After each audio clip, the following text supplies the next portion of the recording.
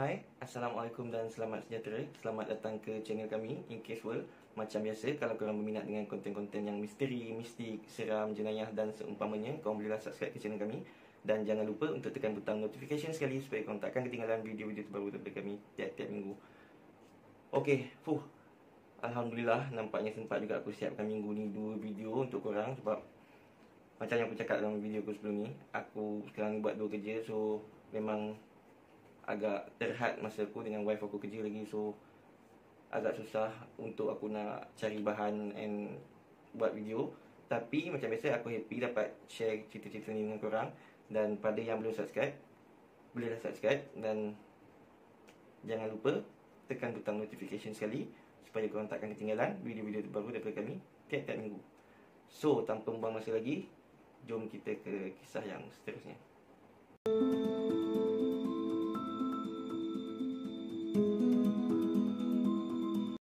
Evan dan ayahnya boleh dikatakan mempunyai minat yang sama, yang mana diorang ni sukakan aktiviti outdoor. Dan di antara aktiviti-aktiviti yang paling diorang minat adalah hiking, berkemah dan juga memburu.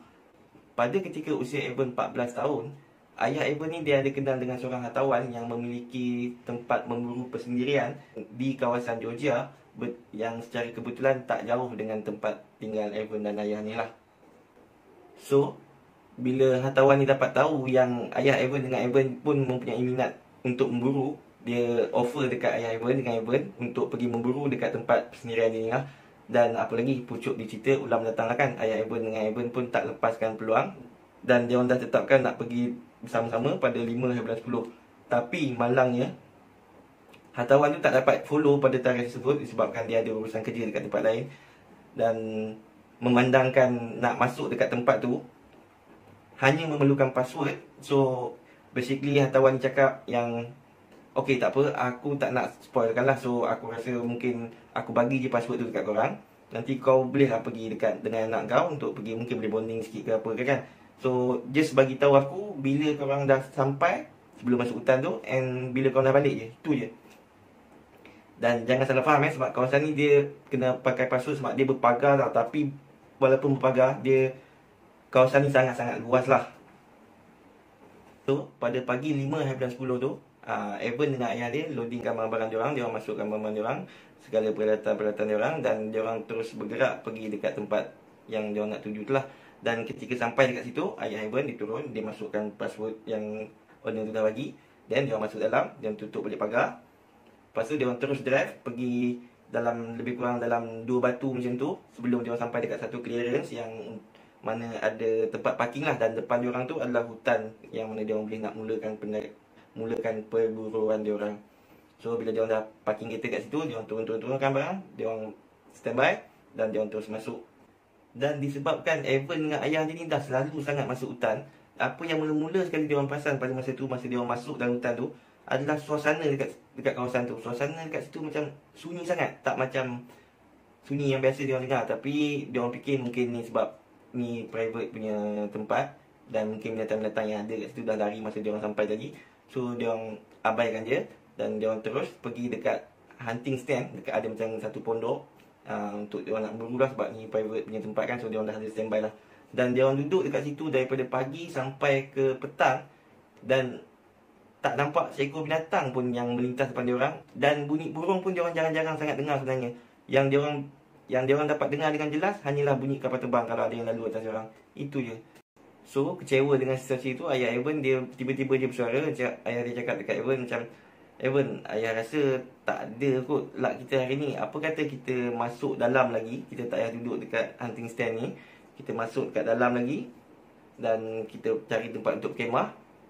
Dan esok mungkin adalah kot peluang kita nak jumpa dengan binatang-binatang yang lain, sebab kita dah dekat dalam lagi kan. So Evan pun macam okey juga tu. So dia orang ambil barang-barang dia orang, dan dia orang terus masuk ke dalam hutan yang lebih tebal dan dalam lagi. Dan selepas lebih kurang sejam perjalanan, dia orang jumpa tempat yang sesuai untuk dia orang nak dirikan kemah. So dia orang letak barang-barang dia orang pasang kemah, dia orang simpan barang-barang. Dan ayah Evan sekali lagi bersuara, dia cakap yang hari belum gelap lagi ni, apa kata kita pusing-pusing dekat kawasan sekitar ni, nak tengok kot-kot kalau kita ada ternampak apa-apa binatang yang ada kat sini.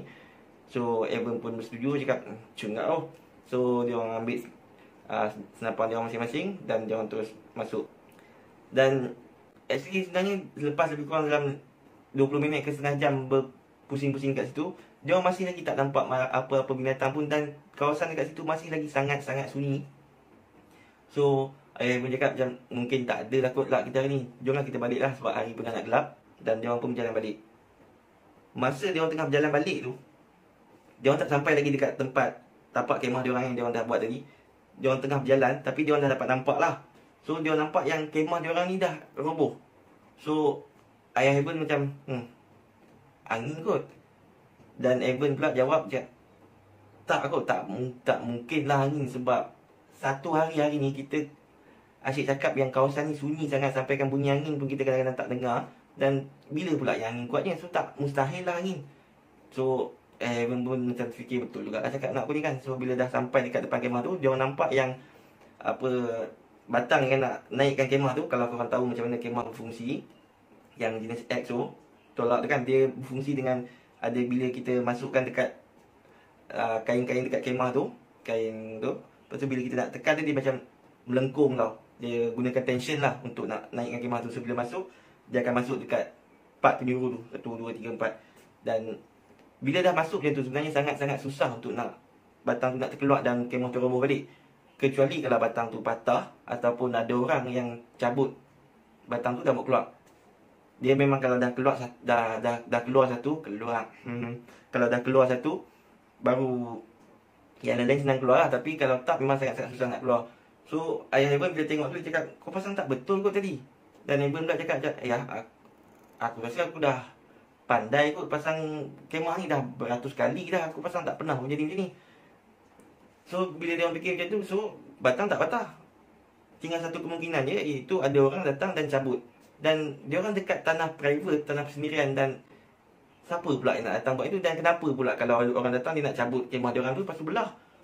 So walaupun dia orang rasa yang dia orang dah check kemah tu tadi, tapi dia orang yakinkan diri dia orang yang aku pasang tak betul kot tadi. Macam tu lah, mungkin lah kot aku pasang tak betul kot. Walaupun dalam hati dia rasa yang aku dah double check dah tadi, tapi mungkin aku sebab penjelasan lain yang ada macam tak logik. So tak apalah, dia orang pasang kemah, dia orang hidupkan bunga api untuk malam tu. Dia orang minum, dia orang bawa anak beranak. And bila dah hari agak lewat sikit, dia orang pun masuk dalam kemah, zip, dan dia orang tidur. Dan selepas 2-3 jam dia tidur, Evan ni dia terbangun dan dia dengar dekat satu side dekat daripada dalam kemah tu, dia dengar macam ada orang tengah gelak. Tapi dia macam masa tu sebab dia tengah mamai-mamai lagi, dan dia penat sangat hari tu. So dia macam tak berapa lah kot. Mungkin kalau tak pun, mungkin kawan-kawan atau yang lain kot ada kot. So dia baring, dia tidur balik. Dan tak lama selepas tu, Evan dia terjaga balik. Cuma kali ni bila dia terjaga, dia nampak yang ayah dia dah tengah terduduk lah. Ayah dia dah duduk dan ayah dia macam tengah dengar something tau macam. So Evan tanya ayah dia macam, ayah kenapa? Ayah dia terus macam, shh, dengar tak tu? Macam ada orang gelak. Evan pun cuba dengar dan ya, memang ada orang dengar. Cuma kali ni bunyi tu bukan dekat arah yang dia dengar awal-awal tu lah. Bunyi tu dah datang daripada arah yang bertentangan. Dan bunyi orang gelak tu dah makin agak dekat dengan dia orang. So Evan ni dia cuba bagi tahu dekat ayah dia, tadi pun aku dah terjaga, aku dengar macam tu juga. Tapi aku rasa mungkin kawan-kawan kepada kawan ayah tu kot, ada dia orang kemah juga kot kat sini. Dan ayah Evan beralih, dia cakap kat Evan, masa nak datang tadi pun aku dah contact dia, tanya ada orang lain tak yang kalau kita nak kena tahu sebab takut tertembak ke apa ke, kalau ada orang lain yang nak datang. Dan hartawan dia cakap, tak ada, kita je yang nak ada, sepatutnya ada kat sini. So benda tu mengesahkan yang tak sepatutnya ada orang lain. Dan masa dia orang tengah borak tu, bunyi gelak tu berhenti, tapi diganti dengan bunyi tapak kaki orang berlari, tengah laju datang dekat arah dia orang. So maksudnya orang ni tengah macam berlari pergi dekat dia orang. So dia orang dah diam. Ayah pun dah pegang senapang dia, cemas tak tahu nak buat apa. Nasib baik orang tu dia berhenti dekat kawasan dia orang punya kemahan tu lah. Macam clearance yang orang buat tu, maksudnya mungkin dalam 2 meter, 1 meter daripada kemah dia orang. Orang tu berhenti. So dia orang pun diam je kaku kat dalam kemah tu. Dan tiba-tiba dia orang terdengar bunyi orang tu gelak balik kali sangat kuat. Ayah Evan dia pegang zip, dia macam terfikirlah sebab yelah ini tempat kawan dia. So dia macam nak kena menghadap lah orang ni walaupun dia takut. Dia pegang zip, dia hembus nafas pelan-pelan, dia sambil pegang senapang dia. Evan pun dah pegang senapang dia juga. Dan bunyi gelak tu masih lagi dan bunyi orang tu masih lagi gelak kuat-kuat tau, macam masih lagi gelak. Dan bila ayah Evan tarik dia zip tu bunyi kan, bila kita tarik zip dia bunyi. Yang bunyi gelak tadi tu terus diam. Maksudnya mengatakan yang orang yang gelak tadi tu nampak zip tu bergerak. Dia tahu ada orang dalam kemah ni tengah buka zip. Sebab tu dia berhenti gelak serentak. So ayah Evan pun berhenti gelak masa tu, sebab orang tu berhenti gelak. So dia dengar, dan lepas tu dia dengar orang tu berpusing sekali 2 kali macam tu dekat keliling kemah dia orang. Dan tiba-tiba macam tu je dia dengar orang tu berlari pergi balik daripada orang tu datang tadilah. Dan sambil orang tu berlari, dia masih lagi ketawa dengan kuat. So malam tu Evan dengan ayah dia tak tidur, dia orang duduk, dia orang pegang senapan tu, tak bercakap sangat pun antara satu sama lain. Dia orang just peluk senapan dia orang dan cemas tak tahu nak buat apa. Dan bila matahari naik je pagi tu, benda pertama yang dia buat adalah dia orang kemas barang-barang dia orang dan dia orang terus balik rumah dia orang hari tu juga tanpa meneruskan perburuan dia orang tu. Dan bila sampai rumah, ayah Evan ni dia terus bagi tahu kontak kawan dia tu, bagi tahu dia kejadian ni. Dan kawan dia ni pun cek balik CCTV yang ada dekat situ, sebab dekat tempat tu ada CCTV lah, dia orang pasang dekat pintu masuk dengan pintu keluar tu ada CCTV. So bila hartawan ni dah cek, bila owner tempat ni dah cek CCTV tu, owner tu cakap balik, aku dah cek CCTV tu untuk 2-3 hari sebelum dan 2-3 hari selepas pun, satu-satunya orang yang masuk dan keluar daripada tempat tu adalah korang je, tak ada orang lain. So sampai ke hari ni, Evan dengan ayah dia masih lagi tak tahu siapa ataupun apa yang lari kat arah diorang, gelak, dan tahu diorang ada dekat situ, keliling kemah diorang dan terus hilang macam tu je. Diorang masih lagi tak tahu siapa tu atau apa tu. Dan korang pernah tak ada pengalaman macam ni masa korang pergi camping? Mungkin kalau ada, korang boleh komen dekat bawah dan aku akan cuba baca komen korang satu persatu. So itu je daripada aku untuk kali ni. Alhamdulillah dapat juga siapkan 2 video. Dan tak lupa aku nak ucapkan terima kasih kepada yang dah subscribe dan like video ni. Aku doakan semoga korang-korang semua dimurahkan rezeki dan dipermudahkan segala urusan dan dihindarilah daripada COVID-19 ni. Macam biasa, kalau korang berminat dengan konten-konten yang misteri, mistik, seram, jenayah dan seumpamanya, korang bolehlah subscribe ke channel kami. Dan jangan lupa untuk tekan butang notification sekali supaya korang takkan ketinggalan video-video terbaru daripada kami tiap-tiap minggu. So, Assalamualaikum dan selamat sejahtera.